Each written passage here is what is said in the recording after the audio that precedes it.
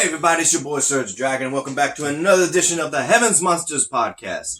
It's your boy SergDragon and Xavier Hill. Once again, MVP is in the ring, so that can only mean one thing. Big things popping, little things stopping. Sit back, relax, and enjoy the view, because the Heavens Monsters podcast is for people better than you. Today we are going to cover Impact Wrestling on December... Oh, one moment. Okay, sorry about that. We had to bring in a kitty from the cold. Our cat. So, Impact Wrestling on December 17th, 2019 is what we're going to review. So here we go. First up, we have Tennille Dashwood versus Jordynne Grace. These two are some of the most top knockouts in Impact Wrestling right now.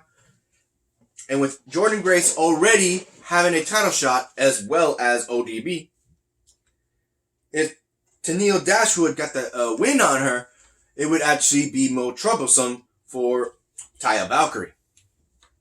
Which is why she interfered in the match at one point, but Jordynne Grace still got the win. How'd you feel about that? Man, I was wondering, who was in that match again? Tennille Dashwood and Jordynne Grace. That's why I like these videos. That's why I like you see an image. Dashwood, I was hoping that she would win. But, oh well. Mm-hmm.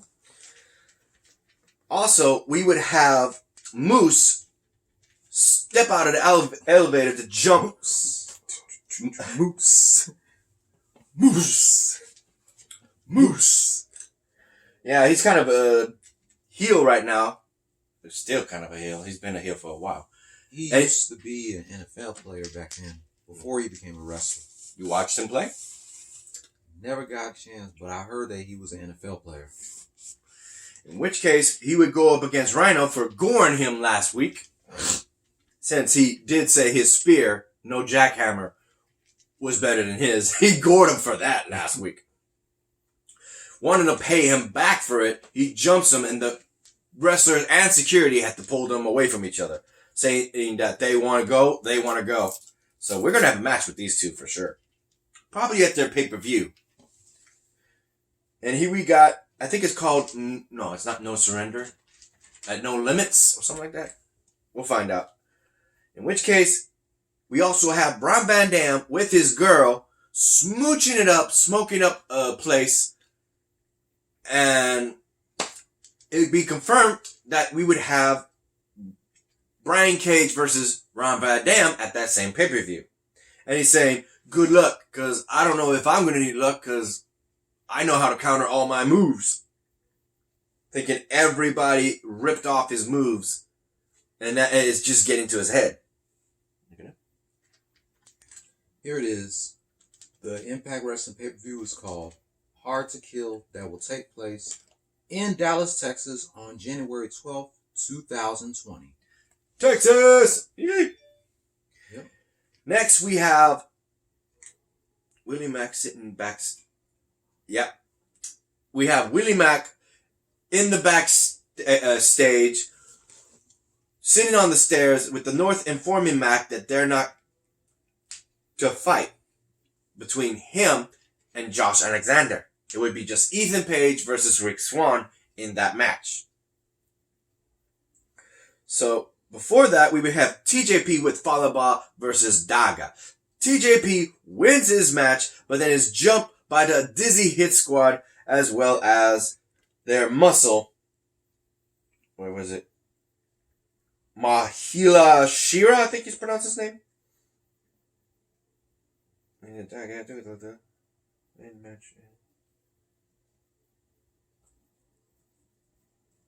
Yeah, Shira. He got to jump. Next step, we got backstage. We already mentioned that. When Rob Van Dam comes to the ring and issues that he's taking credit for what all the wrestlers of today and that all their moves are being ripped off of him, and that he's saying that Brian Cage, the Machine, is just a second-rate knockoff of Rob Van Dam. Man. He's a powerhouse. Rob Van Dam's not a powerhouse. He's a high-flying martial artist kind of style. That's what he's got. He's a flipper and a kicker. Braun Strowman is a powerhouse. He does some flips, but he does more punches and kicks and freaking slams than anything. And he goes out there to get in his face and pretty much jump him with a clothesline and almost hits him with what we assume is an F5, but his big booty brunette girlfriend blows him, and they sit him up for what could be as known as the Van Daminator. And yet, yeah, think about it, Shane McMahon got his coast to coast with a trash can and a chair from Rob Van Dam's Van Daminator. In which case, he was going for it with his girlfriend holding the chair in place. He actually jumps off it and says, He walks up to the Brian Cage's where the chair is, and he just quickly drops him right there instead of going for the Van Daminator style.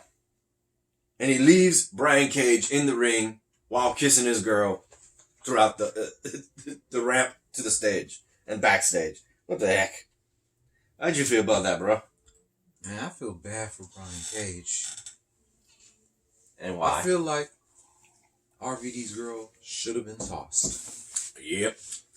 In that rule, are they going to toss her? They were saying that in the commentary. Are they going to toss his girlfriend, or are they going to make it a hardcore match now? That is the question. Probably going to make it a hardcore match. Another week.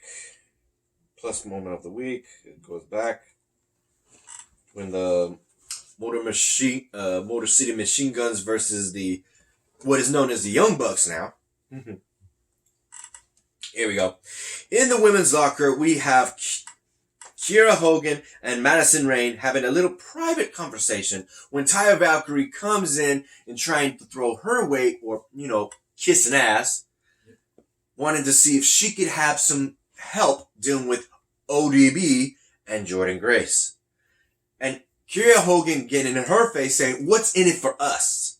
Well, one of you would get a title shot at a later time. And like, no. It's either both of us or none of us. It's like, fine, you can get your title shots, both of you, if you help me out with ODB and Jordynne Grace. She got her way. They all got their way, technically.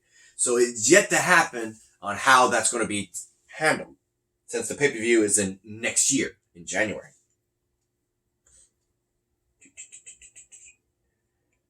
Next up is the match between Rick Swann with Willie Mac and Ethan Page with his tag team champion partner, Josh Alexander, in their corners. The match would go back and forth between Ethan and Rick, but then, all of a sudden, Ethan Page gets in Willie Mac's face with a messed up knee, courtesy of the last week's episode. He actually slaps him and assaults him to get in the ring and have Willie Mac attack him, ultimately ending in disqualification. The match goes to Ethan Page. He thought through the game, and Willie Mac is telling the ref, "He punched me! He punched me! You didn't see that? That don't matter." Because it's true, it doesn't. The referee's screaming at it don't matter. Going back to what you were saying about him slapping, it reminds me of Ludacris's song "Slap." I feel like slapping somebody today. I feel like slapping somebody. There you go. Next up, we have Mac and Swann having a conversation on the outside. Swann is asking Mac, "What happened?" So, two things they got going on. What? Oh, I didn't see this. Moose and Rhino continue brawling in the back. What? I didn't see that. Bad. JoeRyan must pay his dues from wrestling court in a singles match against AC Romero. AC Romero, if you remember, if you don't, he is a plus size big boy. He is nearly 400 pounds. He's in the 3 digits, but as far as 3 something, damn dude. And this would be JoeRyan's punishment prior to Johnny Swinger issuing a wrestling court with Tommy Dreamer as the judge of last week. Well, he would actually wrestle him, and Johnny Swinger comes into the arena to commentate through that match and even go so far as to interfere in the match at a stupid moment. Case in point, one of JoeRyan's signature moves is the fact that he has his opponent grab his groin. Yeah. And he's got a lollipop in his tights. It's good for a laugh, but it's still gross out. Everybody's cheering. Oh! In which case, Johnny Swinger gets in the ring. I don't know how he didn't get disqualified, but because he shoves the hand of AC Romero, he gets him to grab him, but not his groin, his fanny pack. And AC Romero squeezes, and he's like, ah, like, dude, he's squeezing your fanny pack. That shouldn't hurt. Why are you making it look like he's grabbing your groin? And then here comes JoeRyan again, right back to AC Romero grabbing his groin, and he flips him while he's still growing his groin, like the strongest groin in the world. Like, what the hell? At one point, we also see AC Romero almost losing his balance and going for a headbutt to his groin, and he's hurting, and we're all wondering why. Because JoeRyan gets up like it was nothing, going, ah! And he pulls out why he had a lollipop. He hit his head on the lollipop. Ow! And then he tries to pull it, and he tries to get this, and it's like it's a tug of war of putting the lollipop he pulled out of his trunks into the mouth of AC Romero, and he puts it in the poor referee's mouth. Everybody's screaming, no! And he pulls out another one, he puts it in AC Romero's, and he hits him, the referee comes out of it, and despite losing the court, JoeRyan gets the win over AC Romero. Damn, dude, was that a funny match? That or was what? really funny. Especially when Jordan Valkyrie grabbed him by his nuts. Jordan Valkyrie. Joey Swinger. Joey Swinger. Joey Swinger. You're good. Gabby Lauren interviews Tessa Blanchard. She goes, oh yeah, Tessa Blanchard. I'm thinking it was Taya Valkyrie for a second. Nope. Taya Valkyrie is asked, how does she feel knowing Sami Callihan, the Impact Wrestling World Champion, and how he's going to do to embarrass her, to expose her tonight. And she said she ain't going nowhere. Get him, Tessa Blanchard. Michael Elgin is looking for Eddie Edwards' stuff. Intimidated, the guys tell him that his stuff is over there. He then takes Eddie Edwards' Call Your Shot trophy and says, it's my stuff now. And apparently, it had a smiley face. And you know how Eddie Edwards always names stuff. He's got a smiley face on his kendo stick. He goes, Kenny. And now he's got trophy? Or Tony? I don't know what he calls it. I haven't got a name yet on that.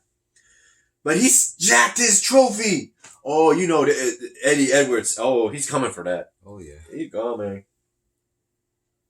Next up, we have a match between the X-Division champion Ace Austin versus Petey Williams.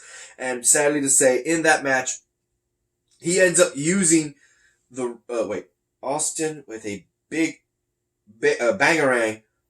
Okay, let me read this. Austin and Williams are on the top rope. William rolls over Austin. Both men are off the ropes. Williams with a powerbomb. Austin reversed with the fold, covers Ace Austin and gets the win. Okay, so that's how we won. I vaguely remember that since Tuesday. In which case, Austin says that he wants to dedicate his victory to Trey's mom. The fans are saying, bro! In the back, we have Trey confronting Austin and getting up in his face saying, you better not mention my mom ever again. And it's just anger feud between them. And of course, Ace Austin's got Rito Scum. The two bad boys that hang around him got his back. I didn't see the other Rascals though. They might have had the day off. Next, we have the Sami Callihan exposing Tessa Blanchard, but he's just mentioning the same shit. Yeah. He's mentioning the fact that Tessa Blanchard had a silver spoon and that she didn't have to work a damn in this wrestling, that he doesn't take this serious at all, because for him, it's not breaking walls, it's not new thing, it's not making history, it's just a wrestling match. It's not a man versus woman, it's just wrestler versus wrestler, and that he is going to beat her like anybody else, and that Tessa Blanchard is going to be exposed for the fake fraud of favoritism that she is. She does not like that in the least bit. She ends up jumping him, and the fight goes all the way out to the parking lot where the cars are passing by, and damn, they are just wailing at each other, hitting cars, hitting, what do you call those trucks that look like Optimus Prime from the Transformers movie? I forgot. Mobile trucks, cargo trucks, transporter trucks. Something like that. And I don't know what it's called. Hold up, let me do that.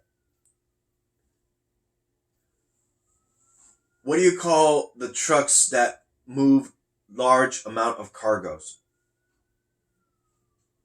Showing pictures that match.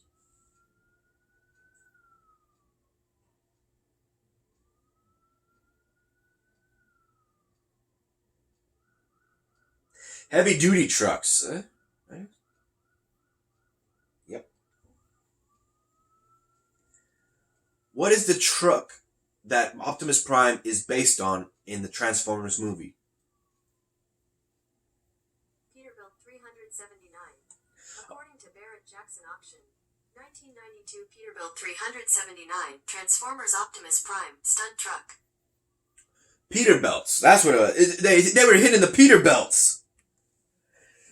And at one point, Sami Callihan is choking out Tessa Blanchard with security tape. You know that yellow tape that's used to keep people out? Not most of the time, but he's wrapping it up and going, oh. She gets out of it by beating his head against the truck behind him. And it's just, the fight between them keeps going to the point where it cuts off, and that's the end of the show. Yep. Like, damn. What'd you think of that, bro? Man, that was a huge street fight between Tessa Blanchard and Sami Callihan. I guarantee you this rivalry between these two is never going to come to an end, but I'm going for my girl Tessa Blanchard. First ever women's world champion in Impact Wrestling. We already know we have one in Lucha Underground, and that was Sexy Star, who became the world champion. Because they didn't have a title for the women. The women and the men fought in that show. And we're hearing that they're not going to have a fourth season. You know that? Wow. I hope that changes, because they need some more wrestlers in order to do that, because a lot of the wrestlers are going all over the place. That's why. So with that said, we got to do, and like I said, take it away, bro. Before we go, a shout out to the remaining members of the Heaven's Monsters podcast. The first three are myself, Xavier Hill, Mike Henry, and Andre Mitchell. A link to our three YouTube pages will be in the description box below as always. And remaining shout out to Terrence, aka T Money, Renee, Pharaoh, Chris Petrie, and Delvin. With that said, ladies and gentlemen, that ends this video. If you like this video, give it a thumbs up. You didn't, give it a thumbs down. Hit that subscribe button if you like the content, and hit that notification bell for the next Heaven's Monsters podcast. Next one, we are going to cover AEW. So, see you then. Peace out. Peace out.